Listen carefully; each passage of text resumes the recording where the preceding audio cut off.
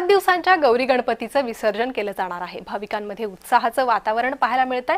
मनोभावे गणरायाची सेवा केल्यानंतर आज जड अंतकरणाने बाप्पाचं विसर्जन केलं जाईल। तर 7 दिवसाच्या गणपती बाप्पाचं विसर्जन आज केलं जाईल। गौराईंचं आगमन झालंय। गौराई एक दिवस माहेरी मुक्कामी होत्या आणि आज गणपती बाप्पा आणि गौराईंचं विसर्जन केलं जाणार आहे। अत्यंत जड अंतकरणाने 7 दिवसाच्या गणपती बाप्पांचं विसर्जन आज होईल।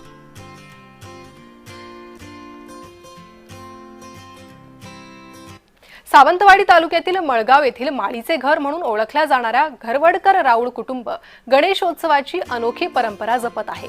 विभक्त कुटुंब पद्धतीच्या काळात 85हून अधिक कुटुंब एकत्र येऊन गणेशोत्सव साजरा करतात। हा सोहळा केवळ एक धार्मिक विधी नसून ती कोकणी संस्कृतीच्या अढळ श्रद्धेची आणि कौटुंबिक एकोप्याची गाथा आहे।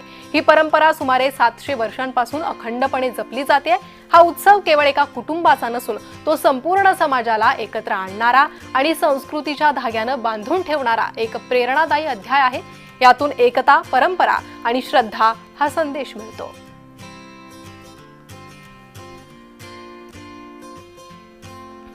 आपल्या समयेत त्यांचेच ज्येष्ठ व्यक्ती आहेत। मला सांगा, ही किती वर्षाची परंपरा आहे आणि काय इतिहास आहे? तुमचं नाव काय आणि तुमचं जय महाराष्ट्रामध्ये स्वागत। माझं नाव सुरेश राऊळ। तर मी या माळीच्या घरातला एक घटक आहे।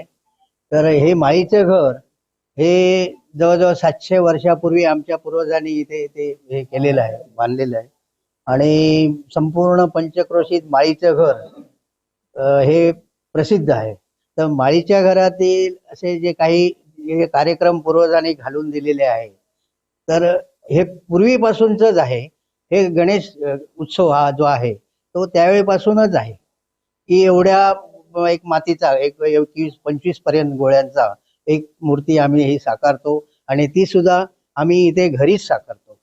आणि ते आमचेच, दुसरा बाहेरचा कोण व्यक्ती नसते। आमच्या एक आजोबा पंजोबापासून ते असे आता पुतण्या बनवतो आमचा। तर इथून अशी परंपरा आहे बनवण्याची। किती दिवसात हा तर जवळजवळ एक 15 ते 20 दिवसामध्ये ही मूर्ती पूर्ण करतो। हा, तर त्यानंतर मग आमची जी या घराण्यातील सगळी मंडळी आहे ती लांब लांब पर्यंत अशी, म्हणजे नोकरी धंद्याच्या निमित्ताने सगळी राहतात।